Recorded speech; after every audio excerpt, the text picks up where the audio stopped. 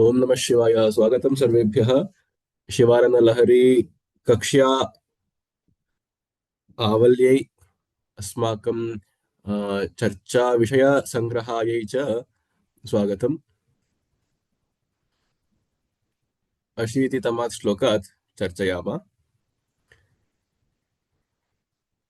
एष्यत्येष जनिं मनोऽस्य कठिनं तस्मिन्नटानीति मत् रक्षायै गिरिसीम्नि कोमलपदन्यासः पुराभ्यासितः नो चेद्दिव्यगृहान्तरेषु सुमनस्तल्पेषु वेद्यादिषु प्रायः सत्सु शिलातलेषु नटनं शम्भो किमर्थं तव।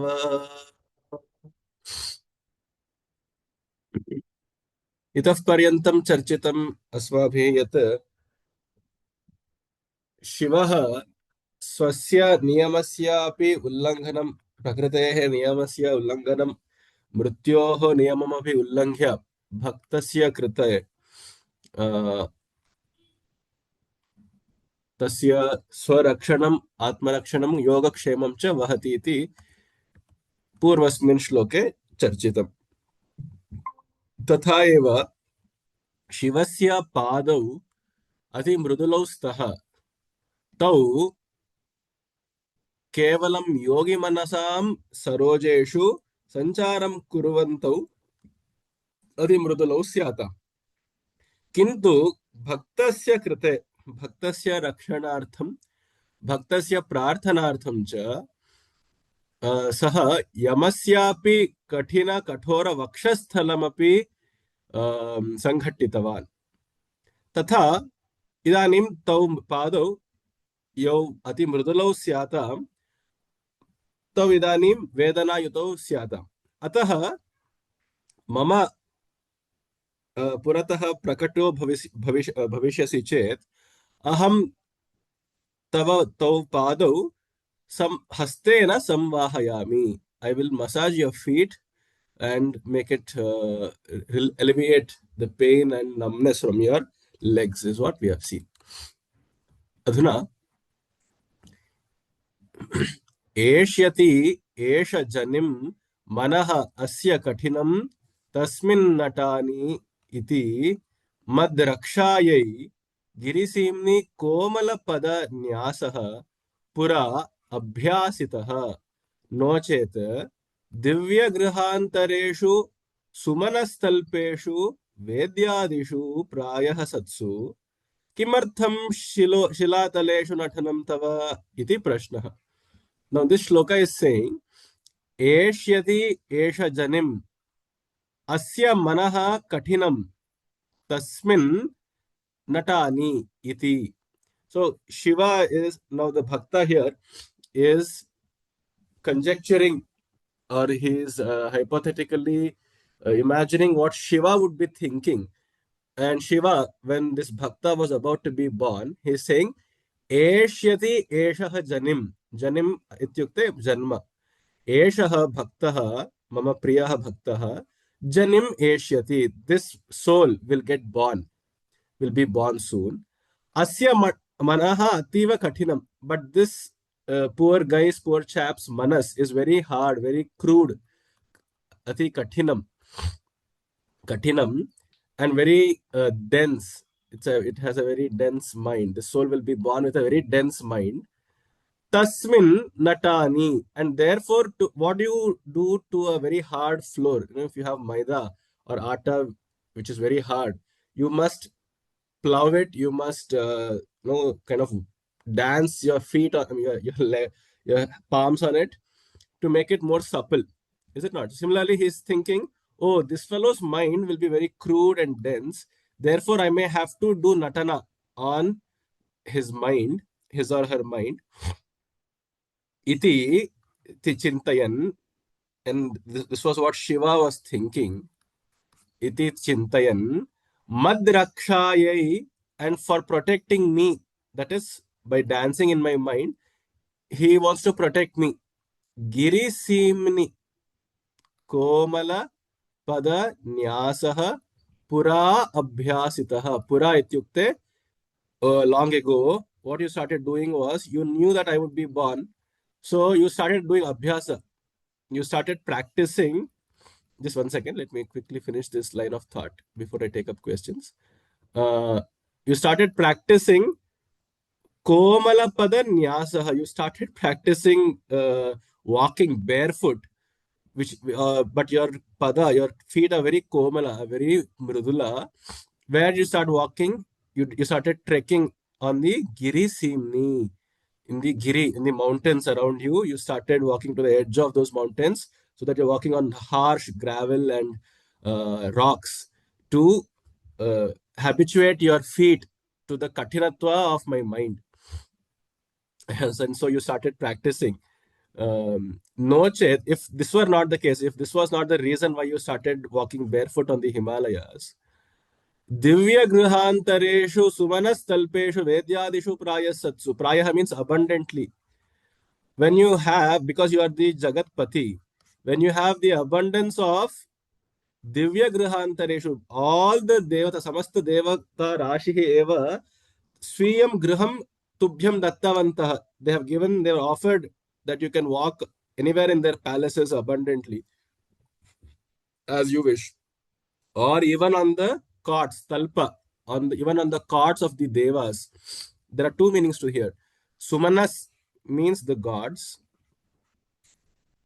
Simultaneously, it can also mean flowers. So the carts of the gods are the carts which are decorated with flowers. So it is so soft. And Vedyadishu, and there are all these Yajna Vedis of the gods who have themselves surrendered complete authority and ownership of the Vedis to you. If that is the case, Satsu means if that being the case, why would you want to Natanam do a dance on the Shilataleshu on rocky surfaces? Kimartham? Why is the question. So he is asking a rhetorical question and saying, why would you, O Shambhu, want to dance on the cold, frigid floors of rocky terrains of the mountains when you are being the Jagatpati, have at your disposal abundance of great hotels, flowery courts, yajna vedis, and so on. And if this is a question, then I am guessing the answer. The reason why you did so was you knew I would be born, and therefore, my mind being so crude and dense, you wanted to make it supple for my protection. Hence, you started because your feet are always very komala. You wanted to practice it, dancing beforehand. Prep up your feet to the hardness of my mind. This is the overall meaning. Yes. Any questions? Any abhiprayas or any other different interpretations? Please feel free to share. Mahodaya, prayaha means generally or previously, or prayaha satsu could mean in the sense that although having all of this, so prayaha is our guess of what the situation is in the sense that prayaha bhavan sanskritam pathati. Ityukte, I am guessing that you must have studied Sanskrit. Oh, so prayaha satsu could mean that, we are guessing that he already has access to all of these. Uh, uh, but he is choosing to walk on the Giri Seema. Satyam. Shakyate Satyam. That's true. Prayaha shilataleshu nathanam kimartham tava iti chet etad iti satyam. किंतु प्रायः इति abundantly इत्यपि शक्यते. For example, when they say vidvat praya, right? So there or pandita praya, there it doesn't mean possibly or probably. When they say, let me find some other examples. Vidya prayah. There it means prayah means an abundance of. Yeah, so both meanings are there. Yeah, actually, this guessing thing would be better here because he is conjecturing that, yeah, this could be the case. प्रायः सत्सु इति उक्तमिति कारणेन एवं चिन्तितवान्. सत्सु प्रायः सत्सु because of the fact that we are guessing it. This is how it could be.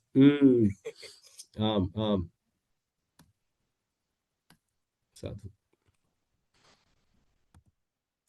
Let's quickly go over the summary I've written here. This one shall be born. His mind shall be too hard and heart too cold. So I must practice dancing on the rock-ridden, snow-clad mountains before I dance in his. Is what you must have thought, O Shambhu. Is that what you thought, Shambhu? Is that why you forsake large, lavish, divine celestial palaces and slushy beds of flowers and decorative warm stages? Did you do it for me, for my sake? Kimartham, why, my lord, is the bhavana here.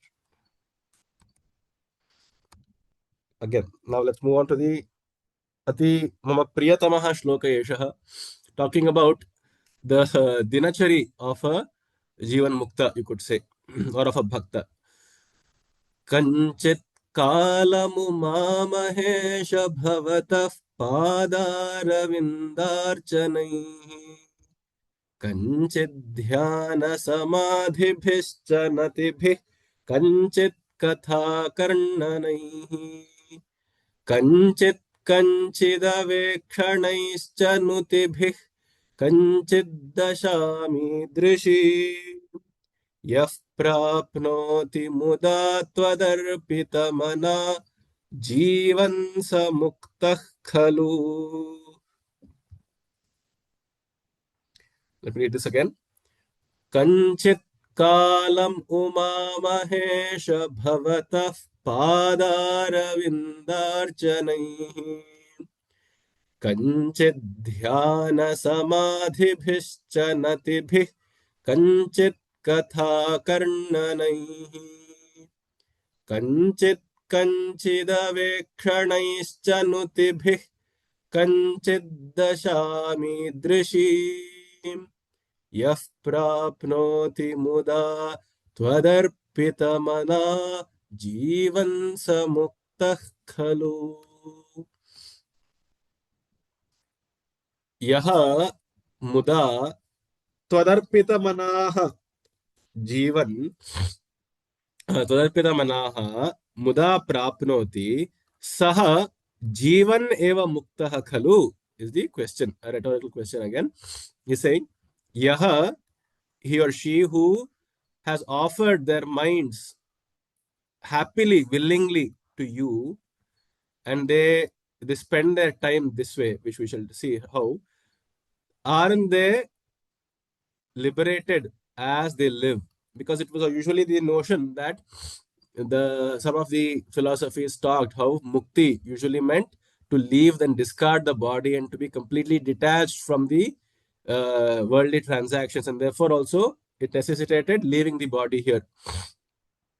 But he is talking, in fact, Advaita is very famous and very infamous among the rival schools, at least, of this concept of Jivan Mukti, that you can stay living in the samsara and still be liberated completely.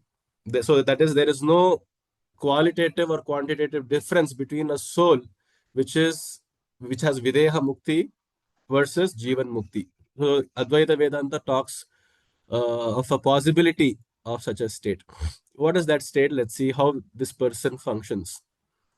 Kanchit Kalam, some time of his day, of his or her day, hey Uma Mahesha, O Uma Mahesha, Bhavatah Padara Vindarchanaihi Yapya Prapnoti. They are spending some of their time, some time of their life in doing Padara Vinda Archana. Quite straightforward, doing Puja Archana of Padara Vinda, of the holy feet. So of the supple divine feet. Kanchit Kalam Dhyana Samadhibhihi cha. And some other time of their day, they engage in meditation. Dhyana, and not just meditation but absorption also. Dhyana samadhibhihi cha. And when they're out of their meditation and absorption, what do? Natibhihi. They use their body to do nati. Nati is pranati. Pranati, salutation or prostration. Natibhihi cha kanchit katha karnanaihi. And what do they use their throat for and their speech for? Their vak is utilized in doing katha karnana, katha vachana, and katha karnana. And the shrotra is used for katha karnana. Akarnana means shravana. Kanchit, kanchit, avekshanaihi. And then sometimes they just sit simply. Avekshana is to simply be a witness and just watch, like a security guard. You're just watching, or perhaps also like a stalker. You're just watching carefully the movements of nature. You're not necessarily doing any samadhi or dhyana as such. You're just watching how things are passing by, mindfully. So avekshanaihi cha, just being aware. Nutibhihi, and sometimes praising. Nuti is stuti. Nuti is stuti. In praising, how people who are close by, very close, they're dear, they usually praise each other. And this is how the beloved is also being praised by the Atma, by the Jiva. Nutibhihi cha kanchit dasha. And dasha is uh, such phases. Dasha literally means a phase of time or a period of time. Dasham, idrishim dasham yaha muda prapnoti. One who spends, let's say, 24 of hours of their day in going through such periods of contemplation, of dualistic worship, also of using their body to actually do some gymnastic workouts and push-ups by doing nati, and using their speech and poetry and their intellect in talking about the legends, using their awareness faculty to just be aware and watch things around, and using their tongue to praise and use crafty language. So a person who is utilizing all their faculties completely in the service of Paramatma, of Uma Mahesha, and they're not doing it out of force. That is why a very important word here is Kim etat muda. Very easily, very happily, very lovingly. Yaha muda prapnoti dasham. They who achieve this very happily, effortlessly, and easily. Tvadarpita manaha. And in this way is what is said to be doing the arpana of the manas. Of course, if we had manas in our hands, we can have done an arpana directly by giving it to Shiva or placing it at a linga. But because that is so hard, mind is ingraspable, this is what it means to do an arpana of the manas. And such a case, in such a case, the Atma is said to have been Jivan Muktaha.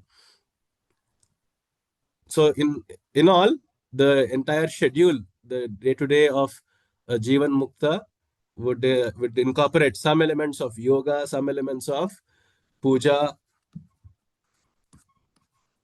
So you could say bhakti, dhyana, and also jnana, because they are being just aware and watching. So all the three paths, and of course, nati can also literally mean salutation or prostration, but it could also mean bending, in a sense, engaging the motor organs, that is the hands and the feet, in some service, lokopakara service. So all the yogas, they don't discriminate necessarily that this is my path, therefore I'll do only this. And this also perhaps speaks to, this is my interpretation, that it speaks to how even the greatest of yogis usually cannot, at least if you only heard from the Puranas, that they would go on dhyana periods spanning ages and eons. But I think, again, this would be my biased view, but the manas cannot necessarily hold on to any one particular path necessarily for very long. Even if it is dhyana, it could hardly last an hour or two maybe. And then when they're out of it, instead of cribbing about it, they use it, they engage the mind in nati. And then when they're tired of that, they do some vak, shravana, and manana. And then when you just want some space, they'll just be aware and sit quietly. And when they are in a state of love and they want to express their emotions, then they start doing these stutis and nutis, engage their intellectual part of their brain also. Then they will use their body also to do some physical work. So this is my reading of it. What is yours? Shivananda, rishis that used to do tapasya for long, many, many years, they would always change their tapas according to the season. They would change it according to who is along with them, in the sense that if somebody comes to their house, doing their seva, etc., would be the tapas at that point of time. Teaching somebody else, talking, etc., would be a tapas. So when we think of rishis doing long years of tapas, it is not monotonous. One thing they are doing the same thing. They could be, but my reading is that depending on the season, depending on the circumstance, depending on the month, year, etc., they would switch it up. But the ultimate goal remains the same. Adbhutam. Samichinam. Very true. I mean, if that was the case, yeah, then it makes complete, it really fits well in the assumption here that also the mind needs some variety inherently. Yes. They would follow cycles, right? In the sense that this is what I believe, in the sense that they have this particular thing they need to do. They have already fixed up a schedule. Every paksha, there is some or the other Vrata, some or the other festival, some or the other, like, a particular deity needs to be done, puja of, etc. Right? Every single month, every paksha. So they're always busy in preparing for it and then actually doing the puja. This is basically like, it's a cycle. It is going on. Every single day, it's a new day.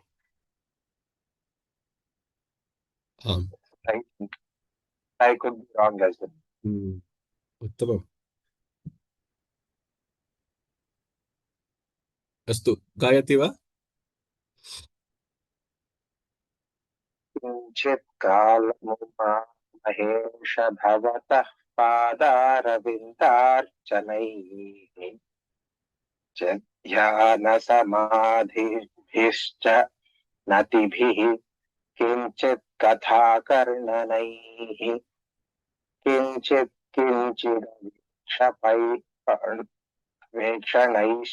नतिभिः किञ्चित् दशामी यः आप्नोति मुदा त्वदर्पितमना जीवन्तमुक्तः खलु. धन्यवादः. किञ्चित् अत्र किञ्चित् न कञ्चित् इति कञ्चित् काल. अय्यो, you have corrected me. I said किञ्चित् more multiple times. कालम् इति पुल्लिङ्गशब्दः, अतः कञ्चित् इति भवेत्. कालं तु नपुंसकलिङ्गमपि अस्ति खलु. In the sense of time, it is a pullinga shabda. If you say black, then it is a napumsakalinga shabda. Yes. Kanchit kalam yaha prapnoti. One who spends his little time like this. I will read it correctly. Kanchit kalamumamahesh bhavatah padarabindarchanaihi kanchit ध्यानसमाधिभिश्च नतिभिः कञ्चित् कथाकर्णनैः कञ्चिदवेक्षणैश्च नुतिभिः कञ्चित् दशामीदृशी यः प्राप्नोति मुदा त्वदर्पितमना जीवन् समुक्तः खलु. Some time I spend in worshipping your holy feet, O lovely consort of Uma. Some more time in spent in meditating and prostrating before your feet. Some more in listening to your fabulous fables. Some time I spend in gazing at your form for long hours, and some in praising you, and such other times I spend over and over. Oh, indeed, the one who has thus become happily obsessed with you, he for sure is liberated even while living, is he not?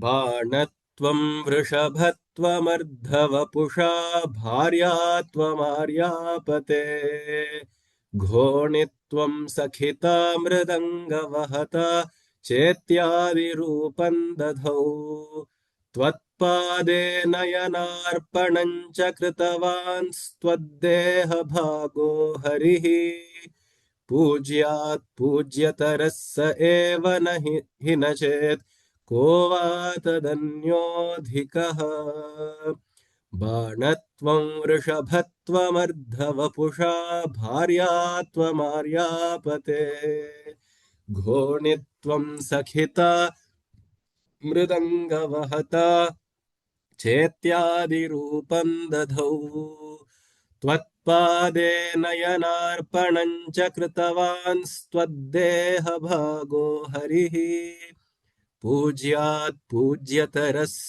एव हि न चेत् को वा तदन्योऽधिकः हरिः पूज्यात् पूज्यतरः एव न हि चेत् को वा तदन्यः अधिकः स्यात् इति प्रश्नः. If indeed Vishnu or Hari is the Pujaat Pujyataraha, is the greatest among the most admirable and most adorable and worshipable persons, I mean entities. If not, is there a person even who is bigger than him, who is more admirable and worthy of my worship than him? Is the question. Harihi Pujya Pujyatarah Saha Eva Nahi Chet को वा तदन्यः अधिकः. Is there a person who is even superior to him? Why? Let's look at this. Harihi. So now the context of this verse is how it's a Puranic reference how Vishnu is said to be the closest companion, the best friend of Shiva. So Shiva and Hari and Hara are said to be best buddies, study buddies of each other. And the Puranas, many of them talk about how they have these wonderful, engaging conversations back and forth. Even in the Vishnu Purana, we see ample evidence of this. And in fact, I and Trivikramavarya were discussing the other day also how Vishnu himself, in the Vishnu Purana, authentically, supposedly what people consider to be the oldest and most authentic and written by Vedavyasa himself, is saying, it goes on a long dialogue of how he is talking about the Abheda between Hari and Hara, and he is actually saying one who tries to create a rift between us by bringing a Bheda between us would end up in some Naraka and so on. Anyhow, so this shloka is derived from this inspired thought of how Hari is the best friend of Hara, who is also in a way, I mean, you could say platonically or romantically, whatever the case is. But they are so close that Hari wants to always spend time with Hara. And he finds innovative ways to do so, always putting effort and trying to be with Hara in many different forms. He wants to gobble up and hog all of Hara's attention. And in what ways? Let's look. Harihi Banatvam Udhavan. He became a Bana when Hara, that is Shiva, wanted to destroy the Tripura. Tasmin Samaye Vishnu eva Bana Abhut Khalu. Saha the Prithvi became the Ratha, and the the mountain became the bow, and the Vasuki became the serpent. The serpent became the bowstring, and they were looking for a powerful enough nuke to destroy the three cities, Hiroshima, Nagasaki, and you could say something else. So that nuke was they were looking for a powerful enough weapon, and no created weapon was powerful enough, no inanimate weapon. Therefore, Vishnu volunteered, and he said, "Okay, Shiva, he wants. I want him to accomplish his career objective, right? And so let me be the aid." And he himself turns himself into a very powerful astra. It's not even the Narayana astra. Here, Narayana astra would mean Narayana eva astram. Yeah. So that's such an astra it became, and Shiva shot that arrow, and the Tripura Samhara happened. So, in one way, he helped his achievement of his career, right? And then Vrishabhatvam. And when Shiva was looking for a mount, he was always walking barefoot on the edges of mountains, and he wanted to save time for his meditation classes. And so he became the Vrishabha. The Nandi actually is also said to be an avatar of Vishnu himself. So Vrishabhatvam and Ardhavapusha Bharyatvam, and one other, in many, in fact, references from the Puranas, one finds of how Parvati and Vishnu are actually the same being. The Saptashati talks of the Rahasya Trayam, how both of them actually are brother and sister, but other uh, even more tantric references talk of how it is the same tattva. In the male form becomes Vishnu, and in the female form becomes Parvati. So he's talking of that, how that Vishnu wanted to become, not just remain as a friend, but he wanted not to be bro zoned or friend zoned. He also wanted, that entity wanted to be close to the Shiva Tattva by also becoming the Ardhavapuhu. Ardhavapu means the better half. It is the spouse. And so that entity became, through the form of Parvati, got close to you. Hey Aryapate, hey Shiva. And then Ghonitvam, then that entity, the Vishnu, even to find your feet, took the form of a wild boar. Ghoni is a boar. You could say a warthog. It became a Ghoni, a Varaha, and it searched for your feet to worship it. Ghonitvam Sakhita. And wherever Shiva dances, yada tandavam karoti saha, yada nrityati, saha tasya. Now it is very, you would have seen when you perform without a music, a background music, the steps may be quite attractive, but after a point it looks stupid, right? So you will need an accompaniment of music to make the Tandava more pleasurable and more enjoyable. And therefore, Vishnu comes as the Sakha who does Mridanga Vahata. He takes on the role of being the Mridanga Vaha, who plays the Mridanga and gives Tala to the rhythm of Tandava for Shiva. Cha ityadi rupam dadhau. And okay, Sakita is friends. He comes as a friend.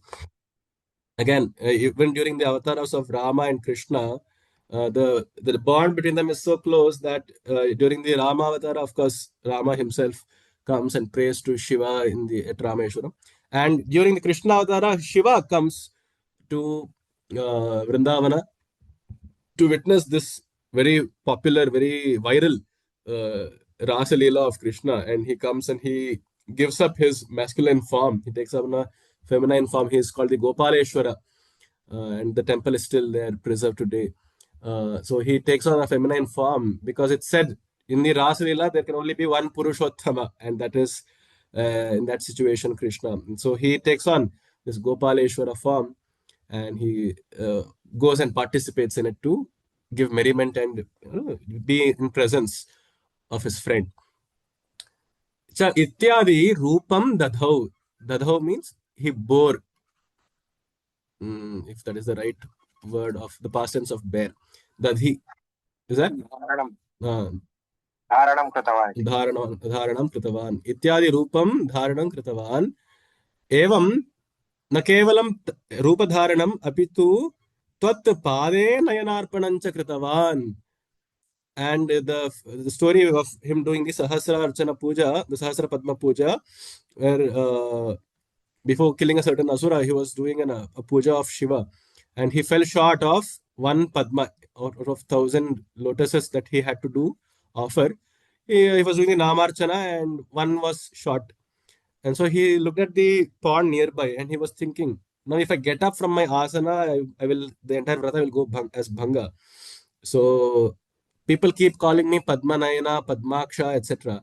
So I mean, my eyes are equivalent to a Padma. So he was about to, yeah, not about to, he actually did pluck out his eyes with love for Shiva, and he offered it. And that is when he got the Sudarshana Chakra, the Purana says. त्वत्पादे नयनार्पणं च कृतवान्, and finally twaddeha bhagah harihi. And in many forms, what is called the Shankara Narayana Avtara or the Harihara form, Vishnu merges with one half, the left half of Hara, and Tvad Deha Bhaga Harihi. Or this could also have been meant to mean mm, Shiva, looking at such drastic measures that his best companion is taking to always be in the company of him. He said, okay, now no more effort from your side. I will grant a place where you will always be in my company, which is the left half of my body itself.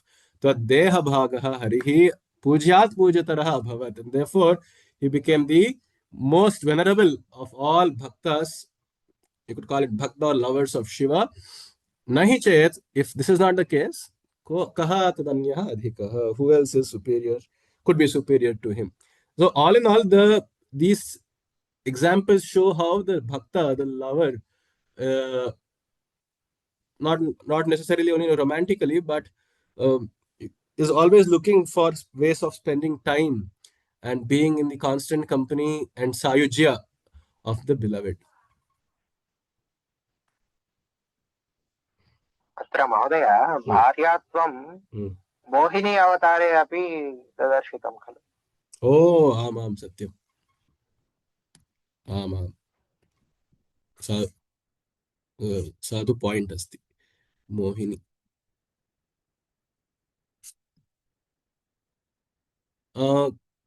किन्तु अहं तत् किञ्चित् संशये, यतः अर्धवपुष, like did Mohini become like half Vapu? Because we see Ardhanarishwara form where it is Parvati, but I'm not sure if it is the case with Mohini. They were not as a really a couple for a very long time, but yes, the example is definitely true. It fits well. What I remember is that Parvati Devi says, you getting Shiva is famously known to have killed Kama. But the story goes that as soon as he sees Mohini, he starts running behind her in a very, very, what is it called? Romantic way. He falls in his Maya. And so afterwards, Parvati says, you don't need to be sorry, it is me only. That Mohini is mine. Oh, wow. So, yeah. नारायणः नारायणी. नारायणः नारायणी. सत्यं साधु. वैष्णवः Vaishnavi. समानोद्भवम्. Satyamuktam. Vishnu, who fell in love with you, took upon the form of an arrow as the Tripura Bhasma incident, a bull as Nandi, as your better half, your wife Parvati, that is God as Arya herself, a boar, that is when Vishnu was trying to find the origin of the cosmic linga, became your friend, a drummer, and finally even offered his own eyes at your feet. Thus, Vishnu in all ways desperately sought to become a part of you. Indeed, only he is the greatest among all of your lovers. Can there be another equal to him? Kripaya Gayatu. बाणत्वं वृषभत्वमर्धवपुषा भार्यात्वमार्यापते घोणित्वं सखिता मृदङ्ग वहता चेत्यादिरूपं दधौ त्वत्पादे नयनार्पणं च कृतवान्. कृतवान् स्वदेह भागो हरिः पूज्यात् पूज्यतरः स एव हि न चेत् को वा तदन्योऽधिकः.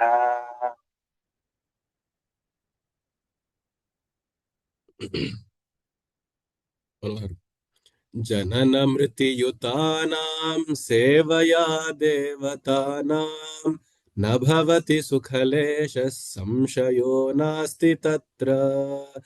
अजनिममृतरूपं साम्बमीशं भजन्ते यैह परमसौख्यं ते हि धन्या लभन्ते. जननमृतियुतानां सेवया देवतानां न भवति सुखलेशः संशयो नास्ति तत्र अजनिममृतरूपं साम्बमीशं भजन्ते य इह परमसौख्यं ते हि धन्या लभन्ते। जनन मृत्युयुतानां देवतानां सेवया सुखलेशः न भवति इत्यत्र नास्ति संशयः। अजनिम् अमृतरूपं साम्बमीशं यः ये भजन्ते इह परमसौख्यमेव ते धन्याः लभन्ते। This is a very clever verse. Again, one must look at it from a perspective of not monotheism or fanaticism, but more broader, more generous idea, more all-enveloping idea of the word devata. So let us look at the literal meaning first. Yaha जननमृतयुतानां देवतानां सेवां करोति तस्य लेशः अपि सुखं न भवति इत्यत्र संशयः न. There is no doubt in the fact that those who worship these devatas who are janana mriti yuta, who are bound by janana and marana, there is one will never, even if they do perform seva, if they worship them, if they admire, praise, etc., there is no sukha from them. And but those who worship Sambam Isham, those who worship Ishvara, that is the consort of Amba, of the mother goddess, who is of the Rupa of Ajani and Amrita, of deathless and birthless form, uh, only they who are blessed will get Parama Saukhya Iha here itself. Parama Saukyam te Iha labhante. This is a very resonant verse, I think, in the Bhagavad Gita discussion that the Devikrama has been having. There was a similar verse, I believe, right? So when even Krishna is saying, Yanti Deva Vrata Devan, Pitrun Yanti Pitruvrataha, Bhutani Yanti Bhute Jyaha, Yanti Mad Yajino Pimam. Those who worship the gods go to all these gods. Those who worship the Pitrus go to the Pitrus. And those who worship the Panchabhutas will get the Panchabhutas, and only those who worship me will get me. And in fact, even those who worship the other devatas, ye pyanya devata bhaktaha yajante shraddhayanvitaha, tepi mameva kaunteya yajanti avidhi purvakam. They are in a way worshipping me only, though of course not ritually in line directly. This is what Krishna said. So there, it's not to be read, I think, that this is one god pitting against another god and claiming to be the supreme overlord of all the gods. But here the word devata, as has been the culture of Vedanta, is also synonymous with the word indriya. In fact, the Upanishads also plentifully use interchangeably the words indriya and devata. And for the reason, because the dhatu, div dhatu, also means to play, to enjoy, not only to lighten up. Let's just look at the ashtadhyayi.com just to confirm.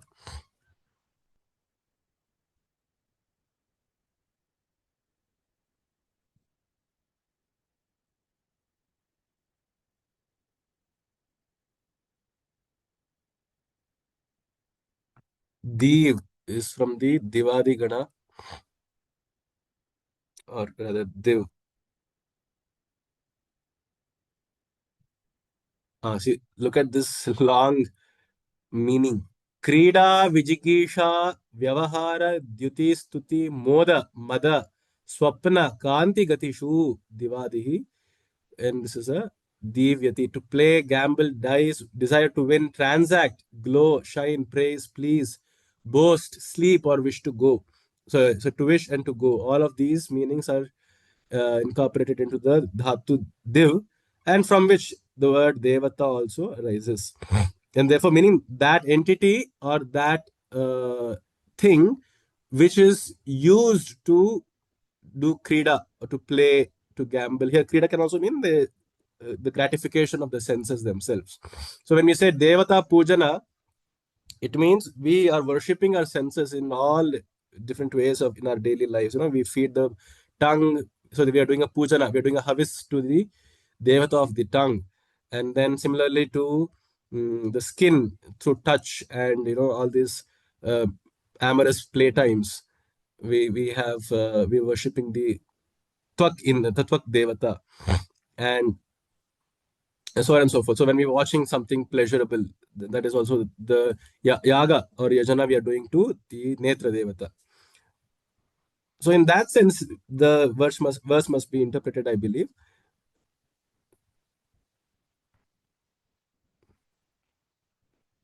Devaha eva devata. So there is a rule that the ta pratyaya can sometimes be used to mean the word, the bhava itself. So devaha eva devata. The what is the meaning of deva itself is also of that of devata.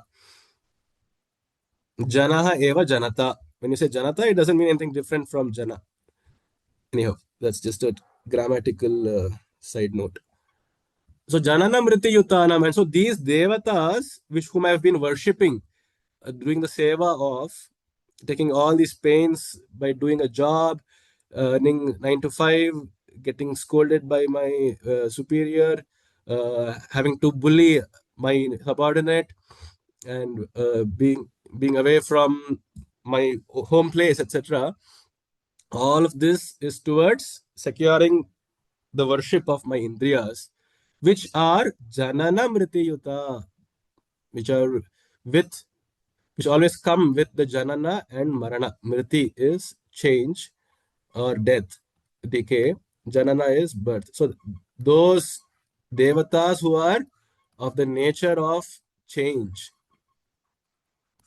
by doing seva of them, there is no sukha lesha. Not even a iota of sukha have I ever gotten so far which has ever lasted long. Iti atra samshaya nasti. There's no doubt about it. And in fact, to come to this very conclusion, that conviction that truly there is no joy in doing the seva, the service of our sense organs, itself is a huge accomplishment in my view. Such vairagya is very hard to come by. And so then he turns, therefore, towards Shiva, who is Sambam, who is the divine consort of the divine feminine, uh, whose Rupa is the polar opposite, which is that of there being no birth at all, there being no creation at all, and also that, therefore, also of being no death, no change, no decay. Ajanim Amrita Rupam ye bhajante iha eva paramasaukyam labhante. And therefore, they will get the blessed boon of Paramasaukhya, of the greatest happiness. Whereas on one hand, the Indriyas are not even giving 1 iota, 1 ml of Sukha. If we turn our gaze towards the Ajani Amrita Rupa of Shiva, we will be promised, we are promised the Paramasaukhya, the greatest infinite pleasure possible.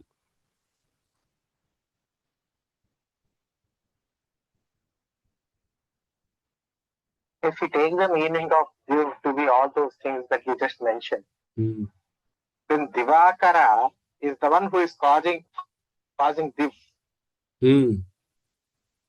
So it's very, very interesting the way, it increases the meaning of Divakara from meaning just the one who causes the to the one who is causing everything.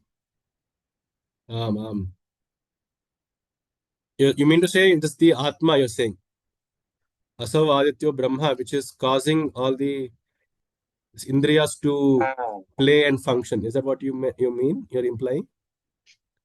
Not exactly. I was just thinking. Although it's not really related to the verse, I was just thinking. दिव्युक्तं दिवाकरः इत्युक्ते यः दिव् करति करोति किं दिव् इत्युक्ते तत्र बहु अर्थानि दत्तानि तानि सर्वाणि कः एव करोति इति स्वीकर्तुं शक्यते वा इति मम प्रश्नः. आम् निश्चयेन. Hope, yeah, because we always associate the Surya with hope, ray of hope and such, correct? Actually, then if we take the meaning of Swapna, Devam Akaroti, if because Deva can also mean the Swapna, we saw that meaning of dream. He or that which removes Akaroti Divam, that which removes away Swapna in the morning, can also be an interesting meaning of Divakara. Or it could also mean that this Swapna, this Jagat itself is a Swapna. Evam Devam Makaroti. I am. This also he'll remove. Yeah. The Mithya, like the veil of Mithya. अद्भुतम्. अस्तु, कृपया गायतु.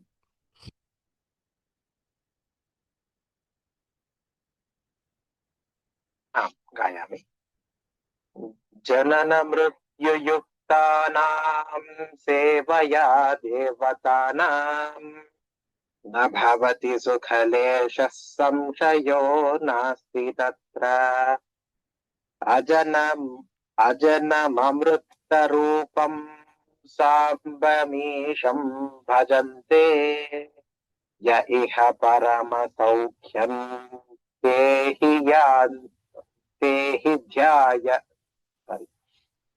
हि धन्या लभन्ते.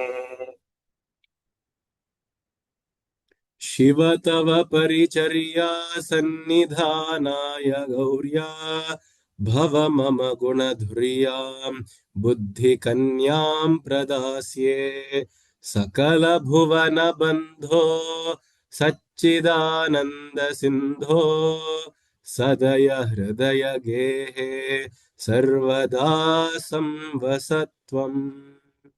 शिव तव परिचर्या सन्निधानाय गौर्या भव मम गुणधुर्यां बुद्धिकन्यां प्रदास्ये सकलभुवनबन्धो सच्चिदानन्द सिन्धो सदय हृदय गेहे सर्वदा संवसत्वम्.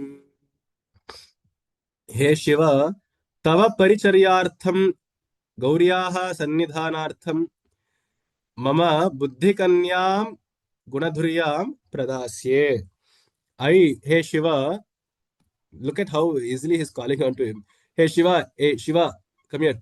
I am going to give my Buddhi Kanya, this bride who is ready with all gunas. She is very beautifully endowed with virtues. Gunadhuryam Buddhi Kanya, my Buddhi, which is the Kanya, Pradasye, I shall give to you. Hey Bhava, Hey Shiva, Bhava means also Shiva. Bhavaya Namaha, Shivaya Namaha, and so on. Mama Buddhi Kanyam Pradasye. For what reason? Tava Paricharyartham. I know you're already married. I know you are also a very strict vrati, but keep her also. For what? For Paricharya. Keep her as your assistant, your PA. She's going to design your schedule, help you out with all your managing, an assistant to you. So Paricharyartham, and for also being the friend or a sakhi of Gauri. Sannidhanaya Gauryaha. For Gauri, for your wife, she can be the friend, the sakhi, for just for company. Usually it's believed, and I don't know if it is true even till date, that the women always usually go in groups, and in they always want to have a couple of their friends always around. Seldom do they ever go solo anywhere. So for Sannidhana, for being close with Gauri, I'll give my buddhi to you. Sakala Bhuvana Bandho, Sachidananda Sindho. Hey, Sakala Bhuvana Bandho, you who are the Bandhu of the entire world, Sachidananda Sindho, you who are the Sindhu, the ocean of Sat, Chit, and Ananda, of existence, of could say truth or existence or reality, of awareness, and of jnana, of pleasure, of rather of bliss. Hey Sindho, Sadaya, Hey Sadaya, one with compassion, Hridaya Gehe Mama Sarvada Samvasa. Therefore, I'm going to give an assistant to you, right? So This is the Shwashura. I am the Shwashura who has given my daughter in marriage, or you could say just as an assistant to you.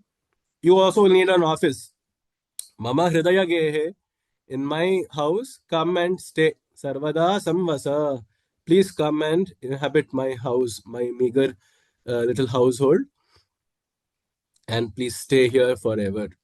Sakala Bhuvana Bandhu. And you who are the relative, you are the Bandhu of the entire world, aren't you? And you are the ocean of. So why they keep using these metaphor, these epithets, is because one should never forget the Shiva. Shankaracharya has always a way of blending in both the Saguna and the Nirguna aspects of Ishvara, of Brahman, you could say. So in many of the epithets, he will either be the Saguna form will be emphasized or the Nirguna form would be, but he will never make it a point to include one of each, lest people get swayed away by only the Saguna form or get completely confused about the Nirguna form. So he is always intertwining both of them together. So Sakala Bhuvana Bandho. So he is the relative. So this is the Saguna form, that he is the Suhridam Sarva Lokana.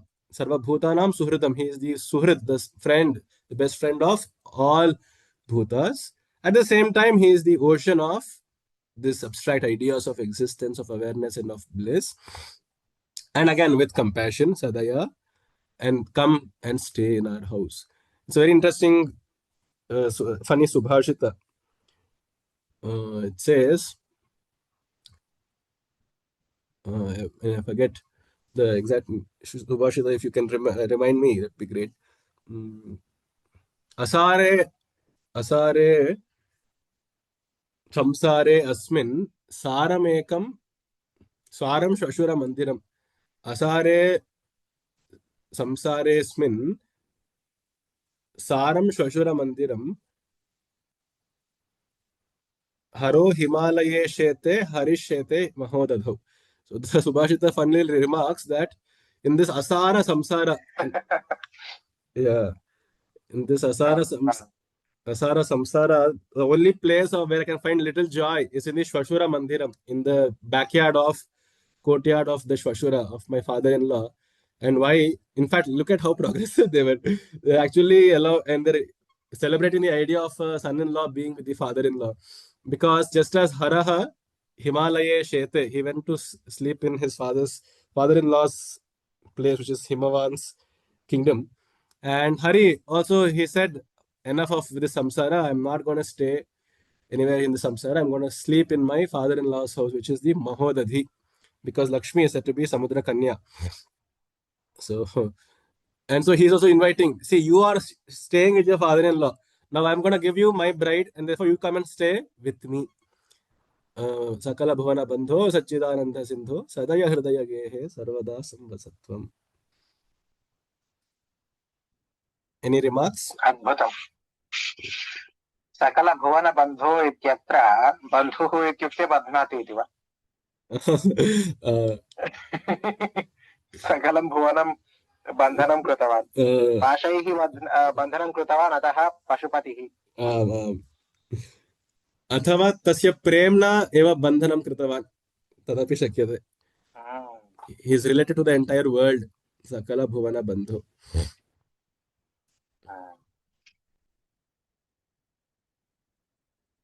कृपया गायतु.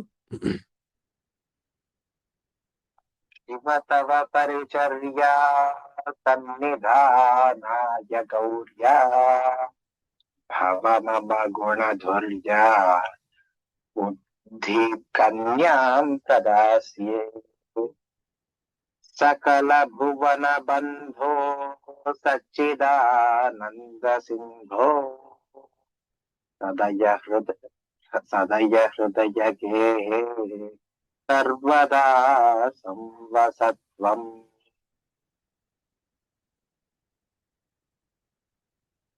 जलधिमथन दक्षो नैव पातालभेदी न च वनमृगयायां नैव लुब्धः प्रवीणः अशनकुसुमभूषा वस्त्रमुख्यां सपर्यां कथय कथमहं ते कल्पयानीन्दुमौले जलधिमथनदक्षो नैव पातालभेदी न च वनमृगयायाम् नैव लुब्धः प्रवीणः अशनकुसुमभूषा वस्त्रमुख्यां सपर्यां कथय कथमहं ते कल्पयानीन्दुमौले. हे इंदुमौले, चंद्रशेखर इंदुमौले, अहं ते तव तुभ्यं कथं सपर्यां कल्पयामि इति कथय. Hey Shiva, now you are demanding me to do a worship of you. Actually, you're not, but I won't do a worship of you. But I am lacking all the ingredients of what? Of giving you Naivedya, bringing flowers, bhusha, of bringing an ornaments to you, or some vastra. So I I can't do धूपम समर्पयामि दीपम समर्पयामि कुसुमं पुष्पाक्षतान् समर्पयामि नैवेद्यं न निवेदय वेदितुं शक्नोमि तर्हि अहं कथं तव सपर्यां करोमि इति कथय. How will I be able to do your puja? I am not able to gather all these ingredients. Why? Let's look. To make naivedya, what does Shiva drink or eat?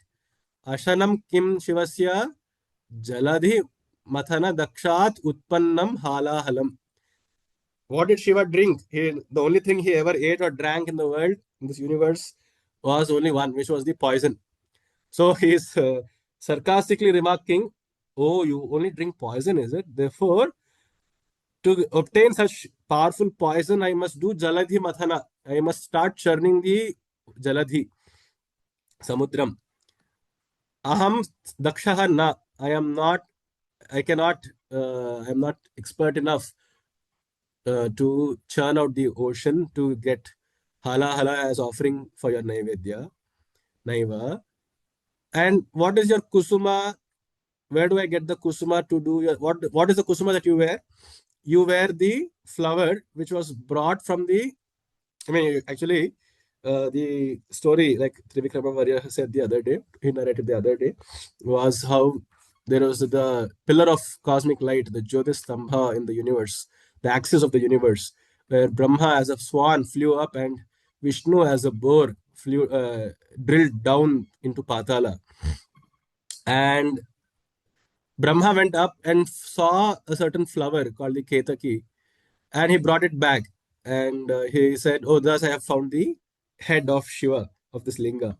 Whereas Vishnu returned back, the Patala Bhedi, means one who drilled through the Patala as Varaha, that is Vishnu. He came back empty handed. He said, "No, I was not able to find it."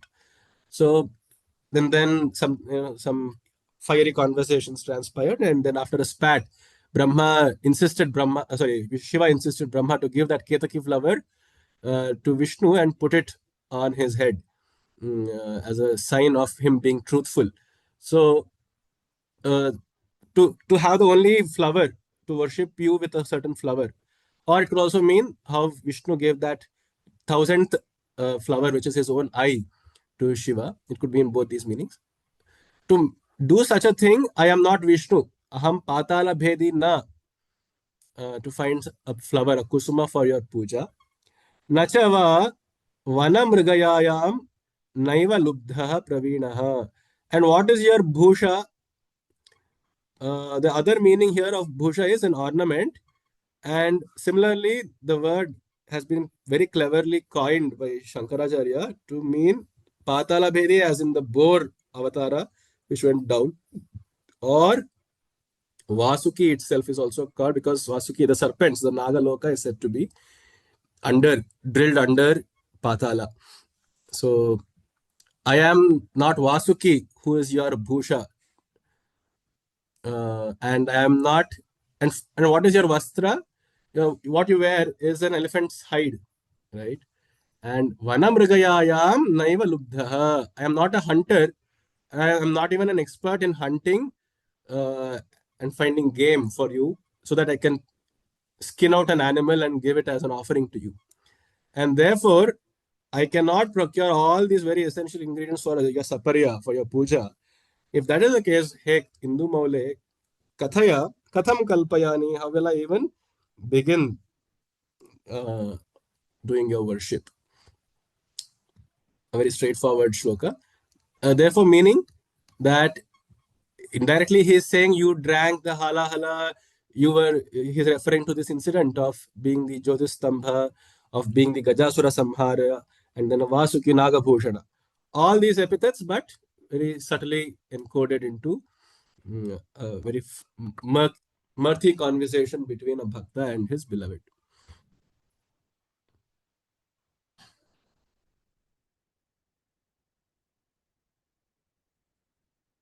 कोऽपि अभिप्रायोऽस्ति किम्?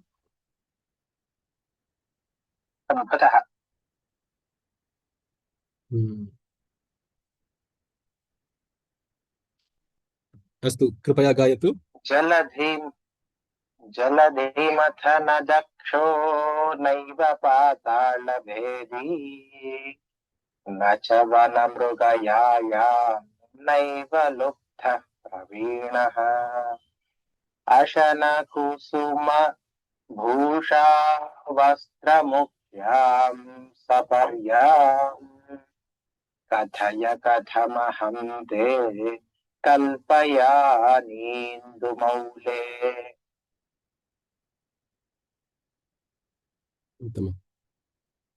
पूजाद्रव्यसमृद्धयो विरचिताः पूजां कथं कुर्महे भक्षित्वं न च वाकिटित्वमपि न प्राप्तं मया दुर्लभम् जाने मस्तकमङ्घ्रिपल्लवमुमा जाने न तेऽहं विभो न ज्ञातं हि पितामहेन हरिणा तत्त्वेन तद्रूपिणा पूजाद्रव्यसमृद्धयो विरचिताः पूजां कथं कुर्महे भक्षित्वन्न च वाकिटित्वमपि न प्राप्तं मया दुर्लभम् जाने मस्तकमङ्घ्रिपल्लवमुमा जाने न तेऽहं विभो न ज्ञातं हि पितामहेन हरिणा तत्त्वेन तद्रूपिणा.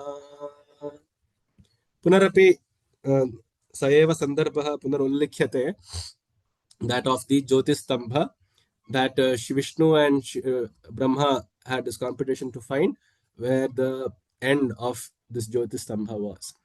Anyhow, let's see how he incorporates into another poetic verse. Puja dravya samriddhayo virachitah iti kurmaha. Okay, from the previous verse, he's saying, okay, I cannot find any of these ingredients for your puja. Let's assume that I have procured all those ingredients. Puja dravya samriddhayaha virachitaha. I have now, let's say, an abundance also of all these puja dravya, puja samagris, virachitaha. Tarhi, kintu katham pujam kurmahe? To what or how shall we do our puja? Because mastakam anghi pallavam uma jane, he umapate, jani is husband. Uma Jane is the Sabodhana form. Uma Jane. I think even in Hindi they use the word Jan, right? For lover, is it? I think that's an Urdu word, sir. Jan means prana. Oh, yeah. It's actually quite closely related to Jan, which is also in a way birth and life. Jani means life. Uma Jani means one who is the life of Uma. Uma Jani. Okay. Uma Jane, hey Vibho, O Almighty One, to do puja to you, na praptam maya, I have not found, na jane mastakam. Oh, where do you do a puja to? Just visualize this. All of us would have done puja at some point. So there is the murti, there is the hand and the feet of the murti. And as the bhakta, you offer flowers either to the leg or to the, you keep the flower on the head. Mastakam is head. Anghe Pallavam is the two holy feet. Anghe Pallavam. Na jane, I don't even know where your two feet or your head is. Because you are Vibhu, you are the omnipresent, all pervading one whose head and tail were not even able to be found by Pitamahena Harina. Not even Pitamaha, that is Brahma, or Vishnu were able to find your Mastakam Angri Pallavam Najnatam. They were not able to find it. And therefore, not even they realized your Tadrupina Tatvena. What is your tattva? What is your true essence? What is your true abstract nature? Even they, so the symbol of the tail and the head means the ends of a particular entity, right? The head and the tail represent the ends. Because you are Vibhu, you are the Ananta form. Of course, don't read this Hari and Pitamaha again to mean there's a clash between the Devatas, there's some competition, but they themselves were not able to find the ends of this infinite being. Hence, even if I did procure these items, I will not be able to find your leg or your head. Hence, I will not do the puja. I cannot do the puja. And more so, even to attempt trying to find your head or tail, I should have first taken the pakshitvam, should take the form of a swan, and I can't do that because I'm born a human. Pakshitvam nachava, kititvam apina. Kitty is varaha or boar again. Kititvam apina praptam.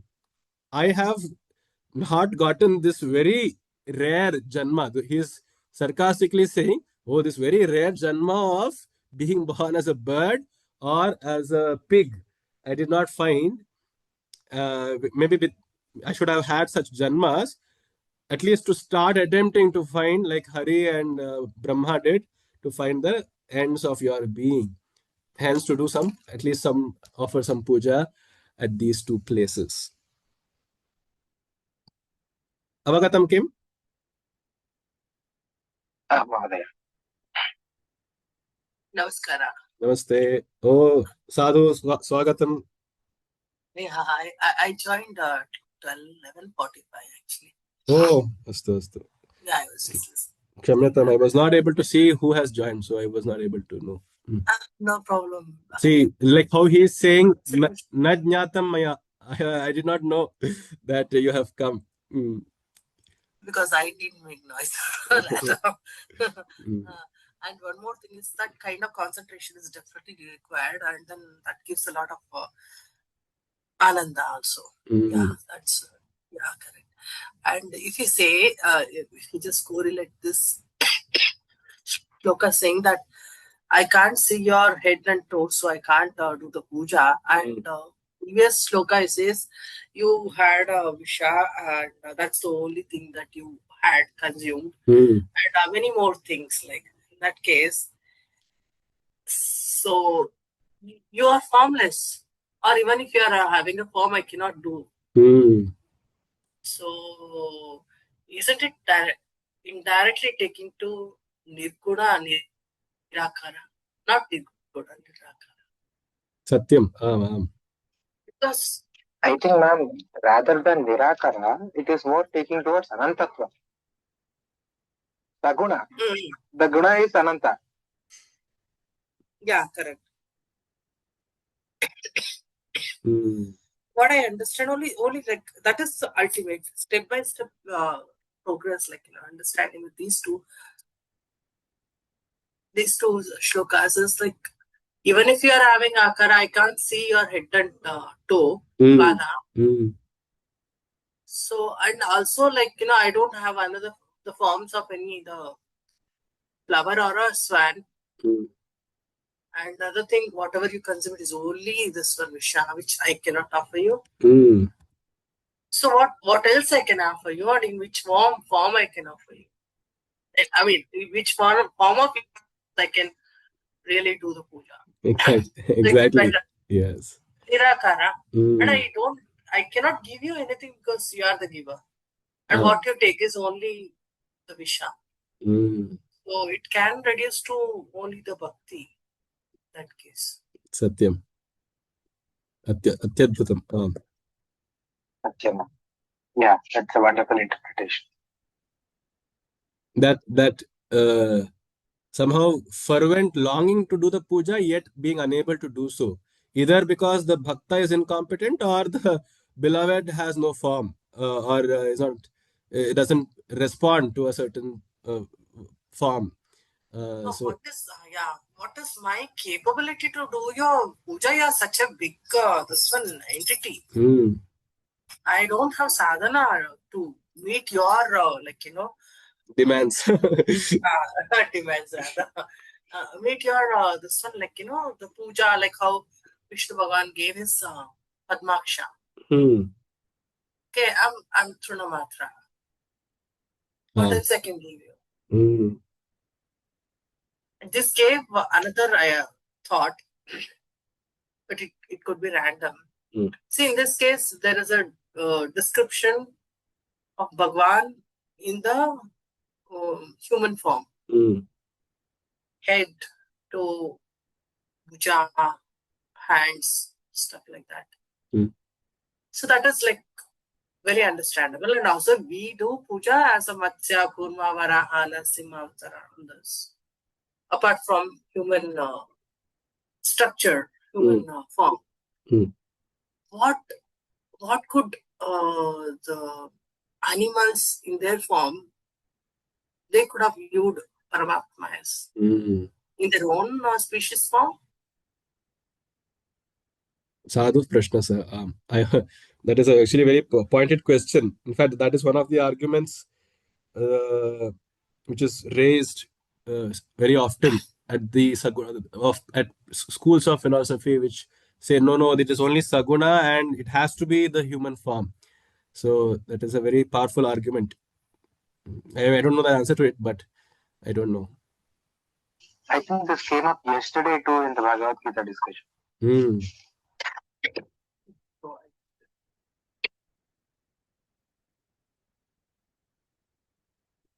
Yeah, so yesterday also we were asking this same question, kind of a similar question, where why are we assuming that the creator of this entire universe would favor a form, or I mean, actually, the discussion was a little bit about karma theory, but the idea which is related to this is, are we just assuming or anthropomorphizing the God?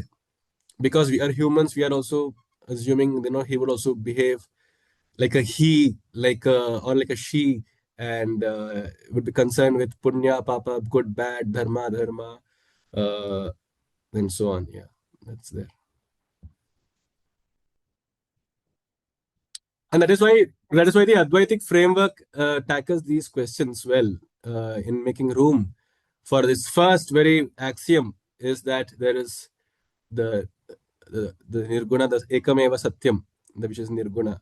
So that takes care of this argument.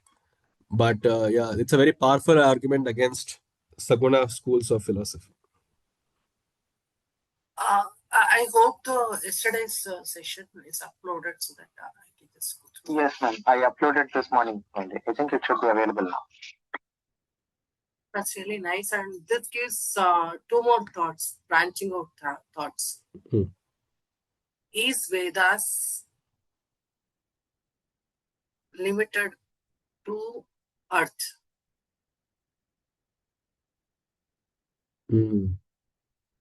So actually, Krishna himself says, the one who has Brahmajnana, for him, he has access to the infinite knowledge, where he looks at this Shruti and he finds them to be like very, very small watering holes. So in the sense that they are great stores of knowledge, there is no doubt about it. But what he is saying that, there is infinite knowledge, even like there is infinite wisdom that is in fact beyond Vedas, and the Brahmajnani knows that. Yeah. Right? Sarvata samplutodake tavan sarveshu vedeshu brahmanasya vijanataha iti Krishna vadati. That is a and yeah, correct. Yes, said it seems only drashya, or otherwise those who are seen it and compiled it. Together some 19,000 or 9,000. I'm not sure about how many candles are there. That's floating. Yeah. Yeah, please go on, Ari. That is the count. Out of big ocean of, only few drops of the cosmic knowledge. The knowledge spread in a cosmic quantity.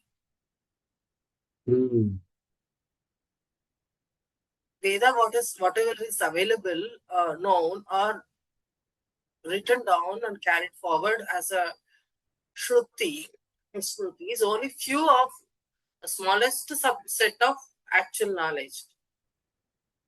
Satyam. And the other question remains as is, and another point is related to, I was just watching picture of the day from NASA. Every day one picture and description in a scientific notations and all stuff like that. And they planned obviously there is the exploration Earth astronomical body within first solar system, and then exploring further. So I think the Titan or some other Saturn's planet, not a Titan, there is one more planet, satellite, is having a watery, like methane kind of, liquid, semi-solid kind of. They just, made that particular satellite, our satellite, to land, but it sank. This gave me one more question, and I asked our Guruji, should we think that life is only on Earth? Can't there be a life and its forms beyond our perception of 5 indriyas? They could be having some other kind of indriyas, and they could be having some other source of energy to run that particular species. They may not be in our perspective frequency of light. They might be having the ability to see, if at all seeing is one of the Jnanendriya for them or Karmendriya for them. So that's the one question. And I think in the previous session in the Bhagavad Gita also I was mentioning, Saturn has pentagon kind of storm formation. Storm is formed and it is in a pentagon shape. Oh, okay. Yeah. Then our Guruji explained, yes, every planet has their own kind of, the shapes, hexagonal, pentagonal. Probably, this random thought is coming, they draw different kind of rangoli depicting some elements, if you remember. Pentagonal shape, hexagonal shape, and all this stuff. Oh, wow. Yeah, they do that.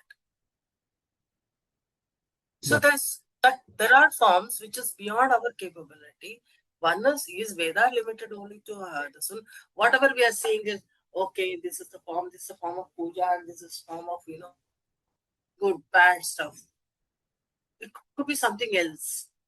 And whatever the species other than human, how can they perceive Bhagwan as?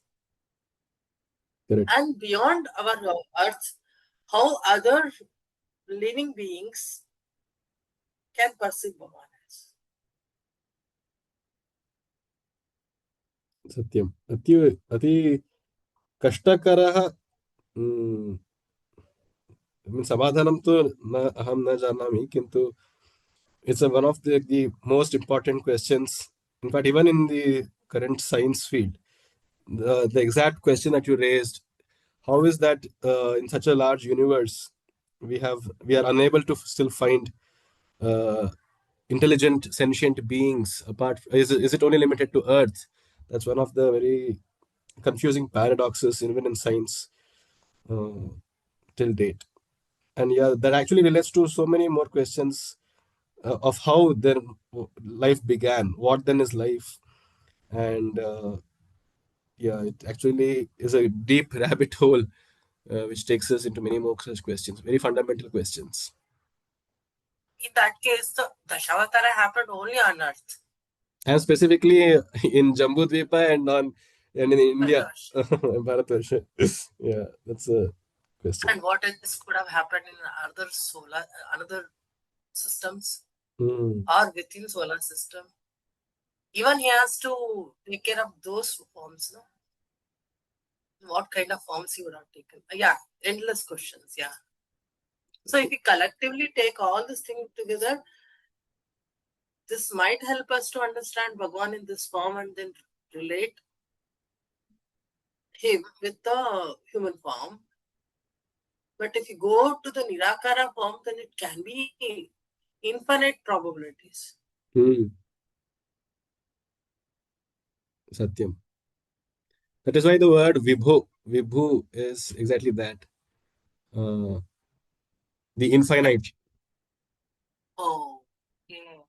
The almighty, the omnipresent, all infinite possibility that you just rightly said. I am thinking, so of course, all of this is a very Puranic reference there, but it actually connects well to your ideas, Arya, of how when he is lamenting that even Brahma and Vishnu were not able to find your the ends of your Ananta form.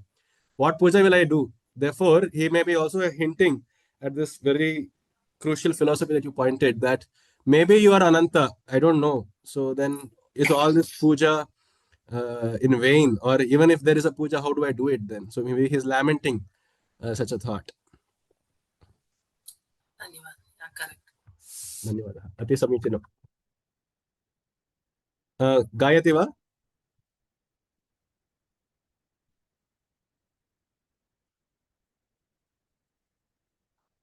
त्रिविक्रमवर्य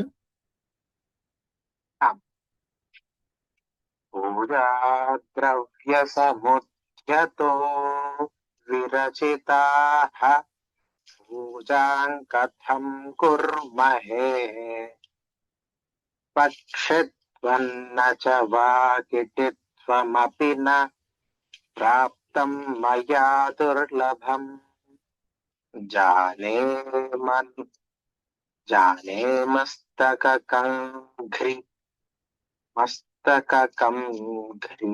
मस्तकम अंघ्रि पल्लवम Uma जाने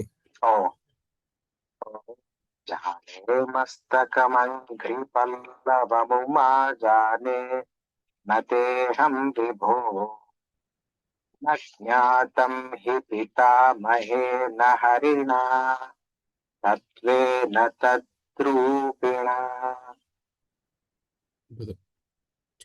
अशनं गरलं फणीकलापो वसनं चर्म च वाहनं महोक्षः मम दास्यसि किं किमस्ति शम्भो तव पादाम्बुजभक्तिमेव देहि अशनं गरलं फणीकलापो वसनं चर्म च वाहनं महोक्षः मम दास्यसि किं किमस्ति शम्भो तव पादाम्बुजभक्तिमेव देहि. Very simple words. He's just again doing a ninda stuti where it's a figure of, it's an alankara where you are seemingly insulting but also in a way praising the object. So here it is Shiva, of course, and he's saying Ashanam Garalam. What do you drink? What do you eat? You drink, you're so poor that you are drinking just poison. Phani Kalapaha, and some random snake on lying there, you just wear it as your Bhusha. Kalapaha ityukte Bhusha. Phani Sarpaha. Vasanam Charma, and you are so daridra that you are unable to afford even a rag. You are just wearing some hide, fallen hide of an animal. Vasanam Charma and Vahanam Mahoksha. You just found some strutting about bull and you climbed on it as your Vahana. Vahanam Mahoksha. Mamadasya Kim, what do you have? Kimasti Shambho. What do you have that you can give me when you yourself are so destitute? But I know one thing that you have, which you can give me. Tava padambuja bhaktim eva dehi. Give me the love, give me the passion to fervently long for your holy feet. Because only that, you are so charming that you can incite and invoke my passion so much so that I start hankering for you. And I want such a hankering in my life. I'm completely drained of any passion at all. I know definitely that I don't want anything to do with the world, as we have seen previously. He says, Janana Mritiyutanam Sevaya Sukalesha na bhavati iti atra samshayah nasti. I have now been ascertained that there is no joy in the world. But then I am now in a vacuum. I want some joy. I want some life energy. So you give me that passion because you are so charming and charismatic. Give me that. And I'm not going to ask anything else from you. Mahadasya Sikkim, what will you give me? Because you are yourself are so poor. Ashanam Garalam. Again, all of these are seemingly insults, or you could say jibes, but he's praising how simple and high thinking he still is, Shiva still is, and giving references to different episodes of Puranas, as in drinking these poison from the Samudra Manthana, uh, domesticating the havocking snake of the Patala, which is Vasuki, killing the Gajasura and tearing its, flaying it and wearing the hide, and taming the chaotic bull Nandi to make his Vahana. I hope this is clear. Avagatam? Yes, it's wonderful. Gayatri? In the previous two, this one, he praises so much so that you are great. In this says, you are nothing. Yes. What you will give me? And previously, I can't give you anything. You are so great. Here you are nothing. So what you A wonderful observation, yes. Yeah. He has quickly switched tones. I can't give anything to what will you give? Yeah. And it's actually a testament to how Shankaracharya is embedding such good Hasya Rasa and other rasas also in between. Yeah, correct. You were saying something, I interrupted you. Please go on. No. Earlier, in the previous only, we understood that the shloka, we can't give anything except bhakti. That he indirectly says that even for bhakti also, you only should give me that, that power of doing puja with bhakti. Correct. Even I don't have that. Yeah. Satyam. Any other comments or remarks?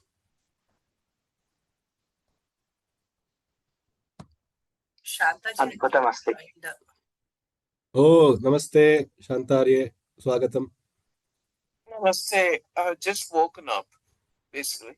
Oh, actually, this was an impromptu session. I just found some time at hand, so therefore I was not able to inform it well in advance. Kshamyata. Yeah, -3 degrees here. So you are actually living in a semi-Himalayan region yourself. Yeah. Yeah. Regarding this ashram and things, you said it was the Ninda city. You could, and also you explained it in a way it is a praising indirectly. Okay. And I would put it as it could be a kind of it's a banter with a god or a jibe, as you say. And also by drinking the ashanam, he has protected the world. Absolutely. And by taking care of Vasuki, he has protected the world again. And then Gajasura, so he has been taking care of all the tyrants and protecting the whole world and also bringing justice. Wow, that's a very, yeah, please go on, yeah. It's an indirect way of praising, indirect way of, you have done, well, you say, what can I give somebody as a present, one who has got everything? So God has done everything and you have done so much, but what else can you give me? You don't have anything to give me or give us. You have done your maximum best. Oh, very unique way of looking at it, yeah. Adbhutam. that you have done so much already that there is nothing else left for me to ask, nor for you to give. And so I just ask for the longing. Wonderful. Indirect way of thinking. Thank you. Ramesh, dhanyawad.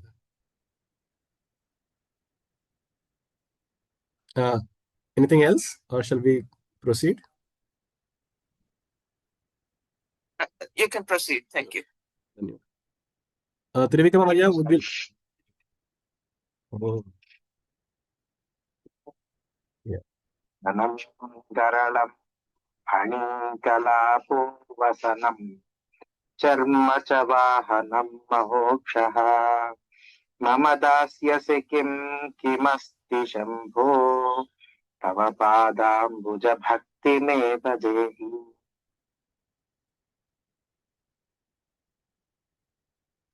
यदा कृताम्भो निधिसेतु बन्धनः करस्थलाधः कृतपर्वताधिपः भवानि ते लङ्घितपद्मसम्भवः तदा शिवार्चास्तव भावनक्षमः यदा कृताम्भो निधिसेतु बन्धनः करस्थलाधः कृतपर्वताधिपः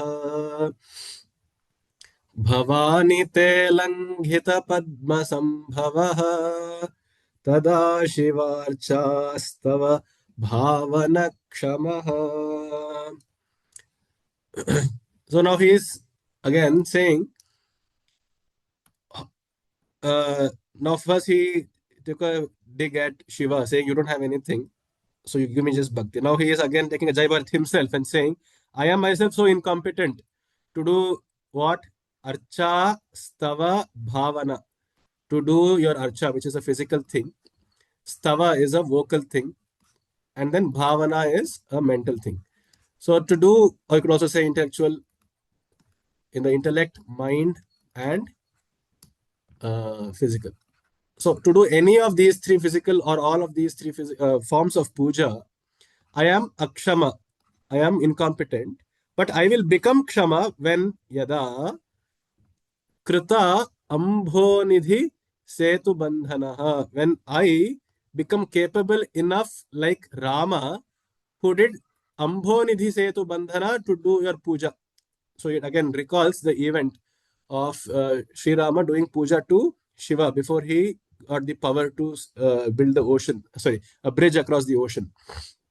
यदा अम्भोनिधि अर्थात समुद्रः समुद्रस्य उपरि सेतुबन्धनं यदा यः कृतवान् अर्थात श्रीरामः तथा अर्चाक्षमाम् अहं प्राप्नोमि यदा तदा अहं भवतः पूजां करोमि. Once I get the worthiness and understand the qualifications of Rama, who was able to do Ambonidhi Setu Bandhana, then I start doing your puja. Very clever, this guy. Hey, let's look at another thing. Karasthala adhakrita parvatadhipaha. And then, okay, now this is a point of confusion for me. I request your wisdom, all of your wisdom in trying to interpret this. The way I looked at this was Karasthala adhakrita parvatadhipaha, to do stava, which probably refers to either Ravana or Hanuman. This is my confusion. I'll tell you the reasons for both. So, as you recollect the story of Ravana, who he was so in love with Shiva that he wanted to bring Shiva himself to his palace.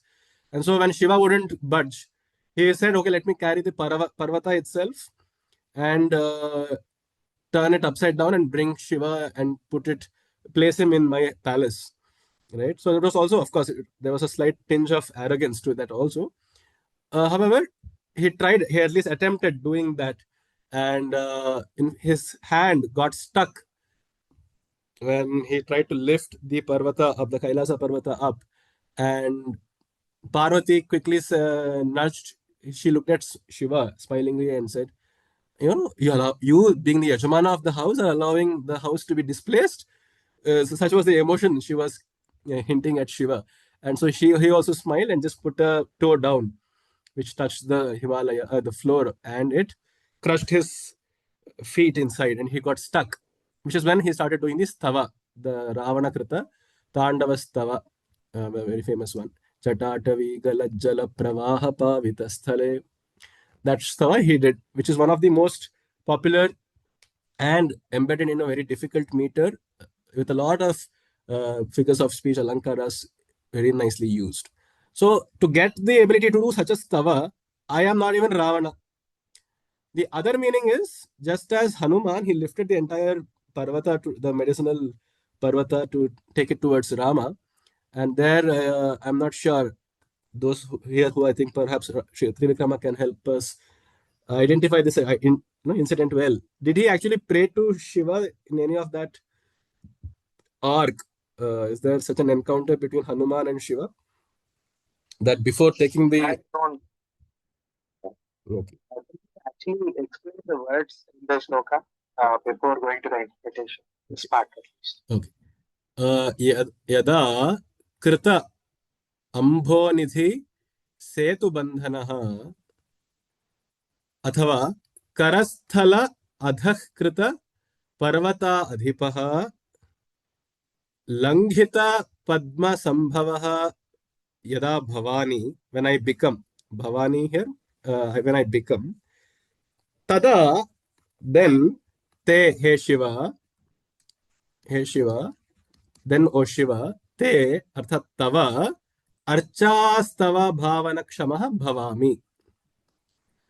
I will be eligible to do your puja in the form of a physical worship, of by praising and by meditating upon you, only when I get the rupa of being this person who did Setu Bandhana, when I get the rupa of being this person who tilted the mountain on his hand, or using his hand, and this person who crossed the Padma Sambhava ocean. So this is the idea. Padma Sambhava ityukte Brahma khali. Oh, yeah, sorry. Padma Sambhava, Satyam. Padma Sambhava, Brahma. One who Langhita Padma Sambhava, one who overtook, or one who competed against Padma Sambhava is one meaning.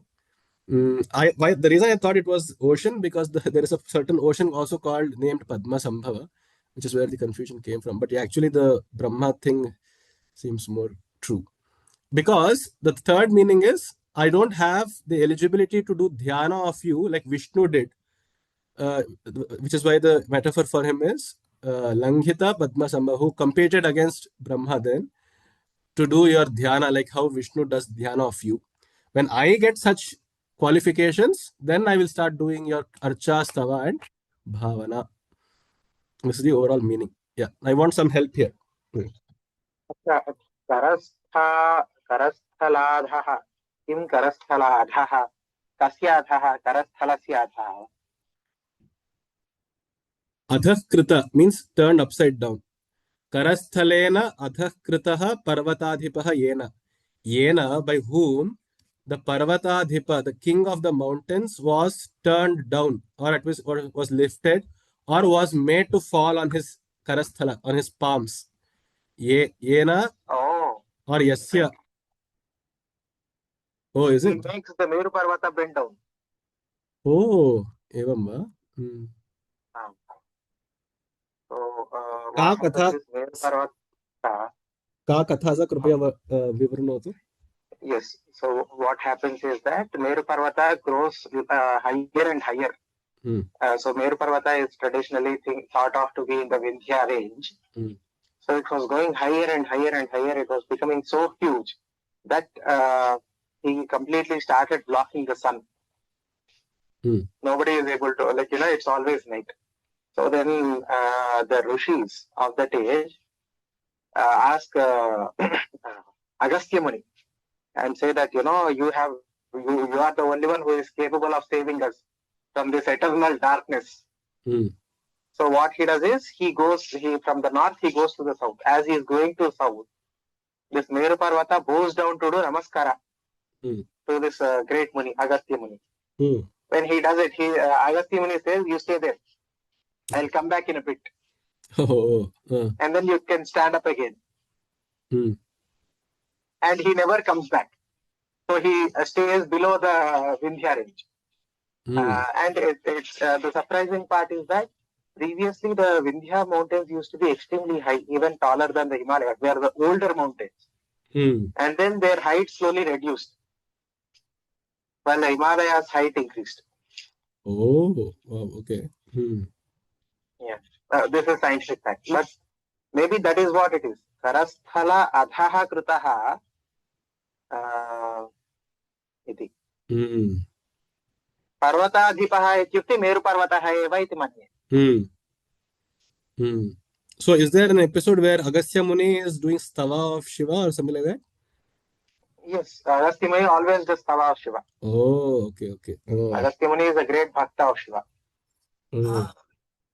I think you're all aware of one thing, why Agastya Muni has to come to southern Bharata.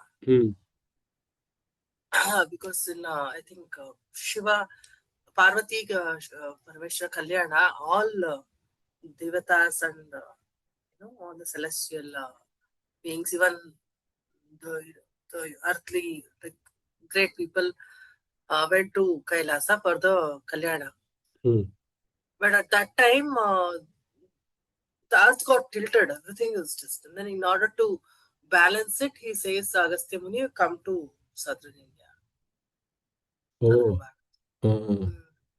And happens to be, Agastya Muni, I think he is more prevalent and more known in Tamil Nadu. More so with the Shaiva traditions only, always, correct? Yes. And also, same with why we have Ganesh Chaturthi more in southern part of our Desh, not in the north, because Shanmukha comes down, once after the competition where Ganesha wins, and Shanmukha was like, become little, okay, you are being little biased or this went to Ganesh. And that is also one reason why Ganesha is Uttaradipa, Dakshinadipa is Shanmukha. And we have to invite Ganesha for Navaratri. And that tradition is not there in northern part of our Bharat. Oh, Ascharya. Yeah, sure. Parvatadipa, if you understand the literal meaning, layman perspective, currently it is Himalaya. And this also could be, as Pramaji said, it is this one, no? Meru Parvata.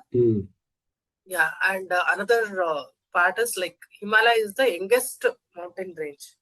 Correct. Currently, geological. So it is still forming, and the rest of the mountains are being eroded with all the geological reactions or changes. Yeah. And then Langhit, okay, let's take that to mean Agastya Muni. So I am not as eligible, or I don't have the kshamata, the you could say eligibility, qualification, or expertise as Rama to do your archa. I don't have the capability like Agastya to do your stava. Or when I get his capability, I will start doing your archa. When I get the capability of Agastya, I will do your stava. And third thing is bhavana, to do your meditation or dhyana or love you in this manner, like how Langhita Padma Sambhavaha, which I think refers to. First, I thought it would refer to Hanuman, but it seems the more plausible meaning is Vishnu himself. So, Langhita, one who competed or won over Padma Sambhava, Bhavana Kshamaha, Tada Aham Bhavana Kshamaha Bhavami.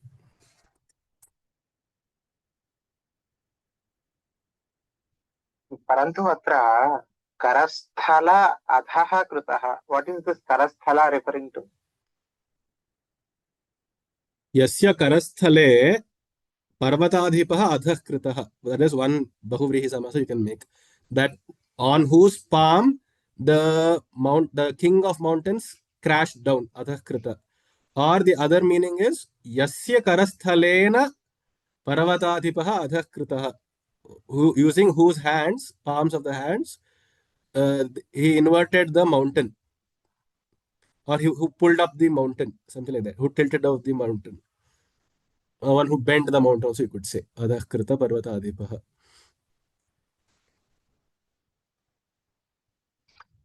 Yeah, I'm not quite sure. It could be Agastya only, but yeah, we'll have to think about it.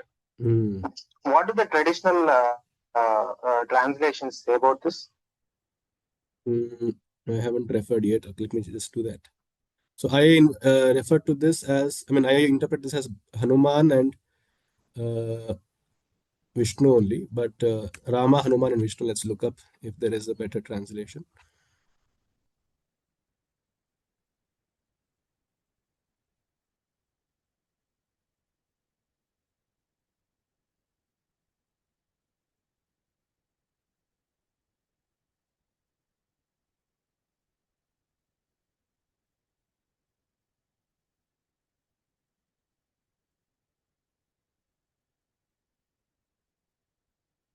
Shloka Sankhya Katama Esha Ashtashiti.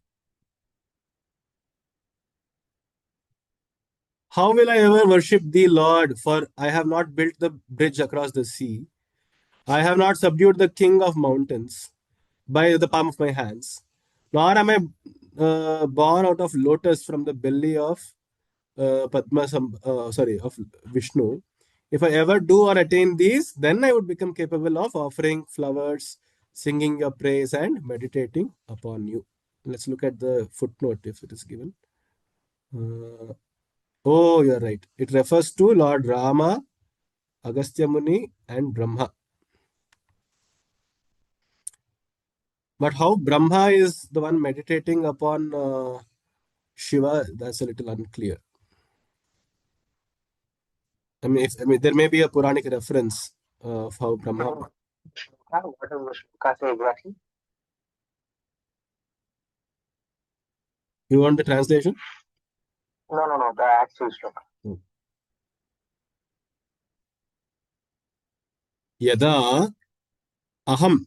So the Kriya Pada here is Yada aham evam bhavani. When I become like this, tada aham te tava archas tava bhavana kshamaha bhavami. That is the skeleton of the sentence. When I become like this, then I will be capable enough of doing your archas tava bhavana.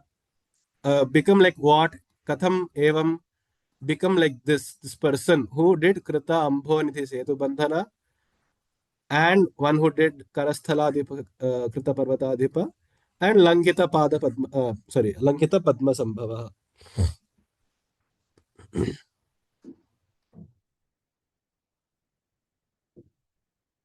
Lankita padma sambhavaha bhavani ityukte I become greater than Brahma iti va. I become the person who defeated you, or become greater than Brahma. Yes. Yes, Yena Padma Sambhavaha Langhitaha, one who crossed over Brahma, crossed in a sense, metaphorically, figuratively, one who outdid Brahma. Which could be, like you said, Vishnu, because he competed against him in that Jyotistambha event. And it is Vishnu always who is said to be doing the bhavana. We have seen enough verses of that to support it. The bhavana of Shiva.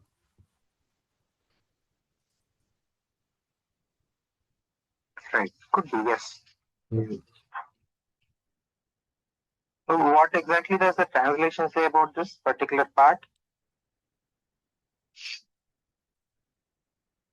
No, I have not subdued the king of the mountain with the palm of my hands, nor am I born out of the lotus from the belly of Lord Vishnu. If I ever do or attain these, then I would become capable of offering flowers, singing your praise, and meditating on you. So, okay. But how is that meaning of being born out of lotus coming from Langhana? that's what it is. It's unclear. They have extrapolated it.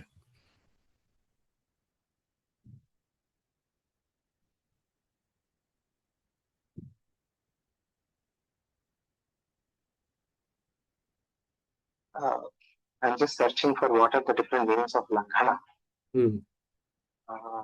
Jump, pass over, exceed.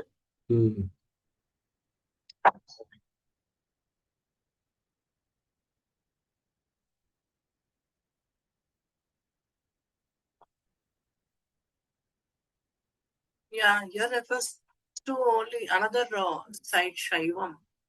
Refers to only saying that I am not part of these three the devatas or this one like Sri Rama, this one, not Hanuman, I suppose it is Ravana, and then Brahma.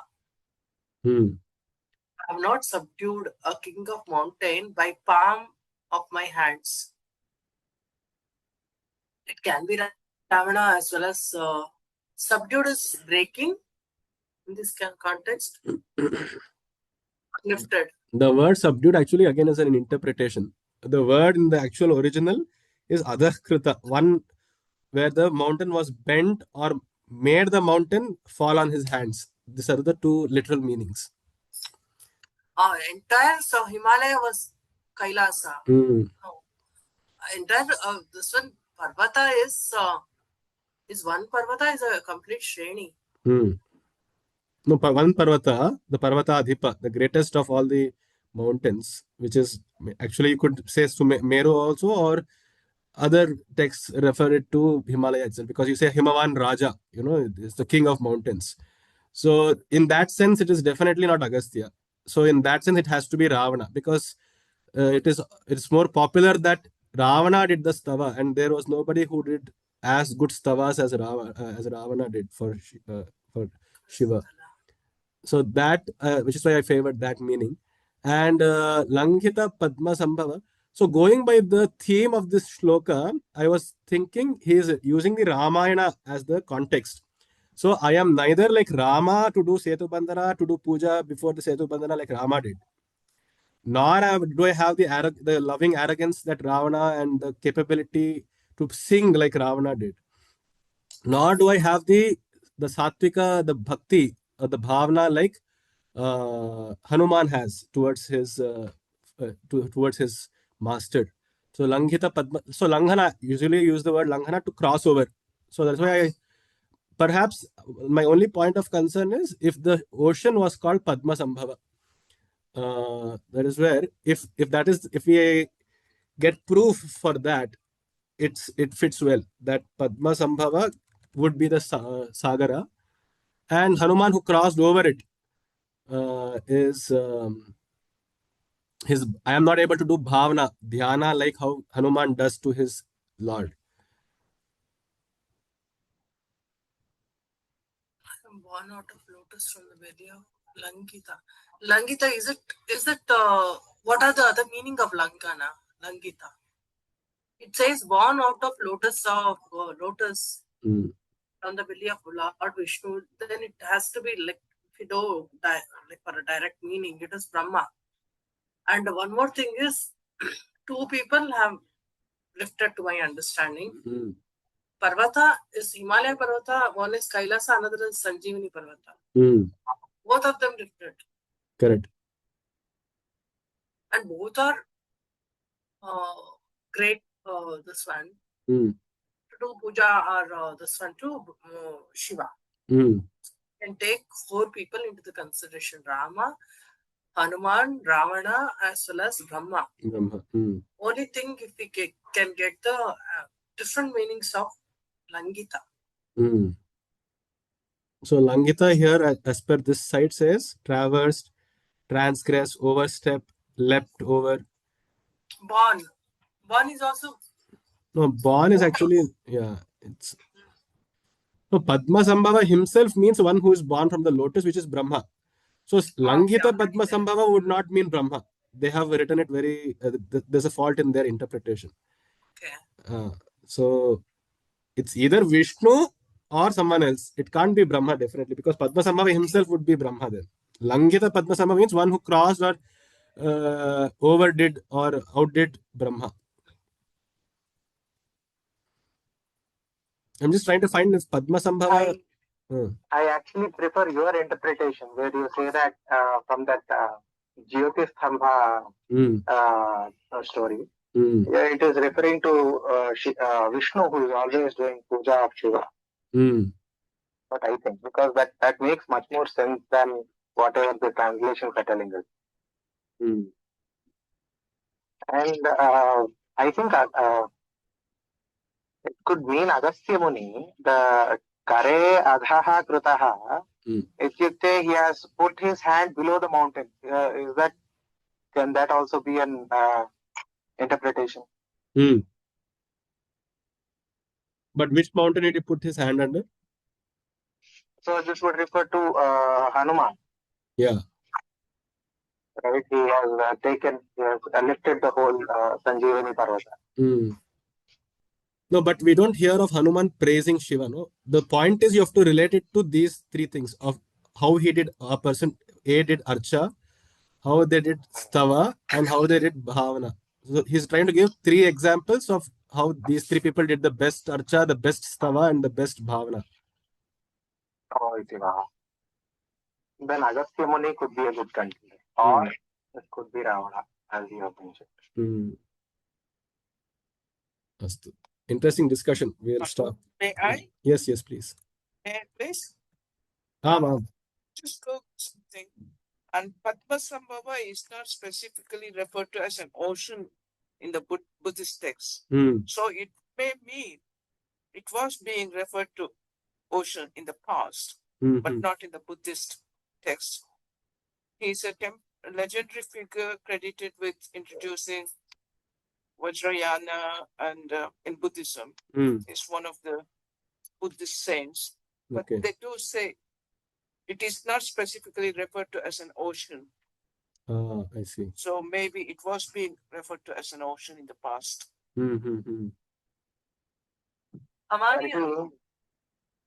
If we take that meaning, then Padmasambhavam Lankitavan ityukte asmakam acharyaha bhavet. The one who has defeated Buddhism. Shankaracharya himself. No. I'm not referring to Buddhism at all.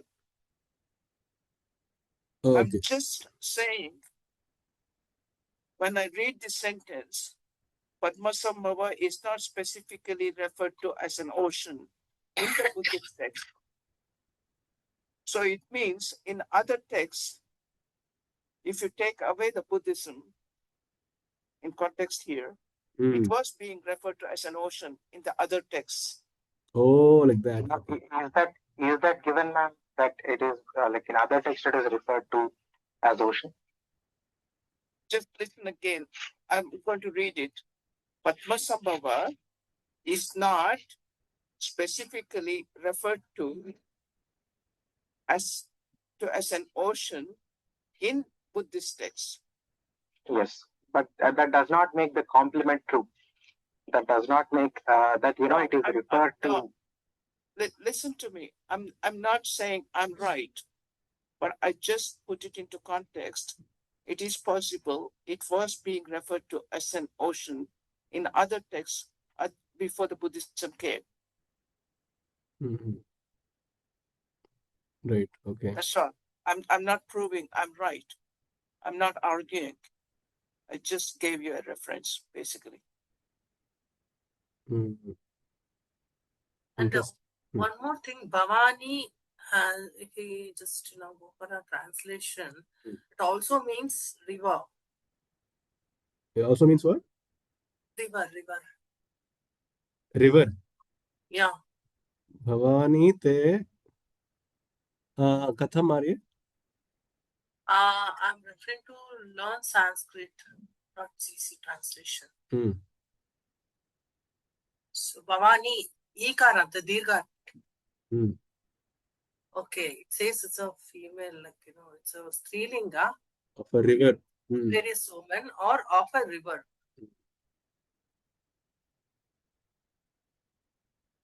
we just start Mhm. finding a word-to-word meaning. But it, Ma'am, here Bhavani means to become, ma'am. Bhavani. It's not a dirgha ikara. It is just the Okay. hasva ikara, meaning to become. Bhavani. Okay. aham Shiva archastava bhavana kshamah bhavani. I want to become capable of doing your archa, stava, and bhavana, like how these people did, Rama, Ravana, and Anjaneya. I'm just assuming these three people as the referred people here. So anyhow, this is it's a good exercise. It's a good food for thought. We can stop here. We can continue with this 89 in the next week. So really good discussion. Dhanyavadaha to all three of you.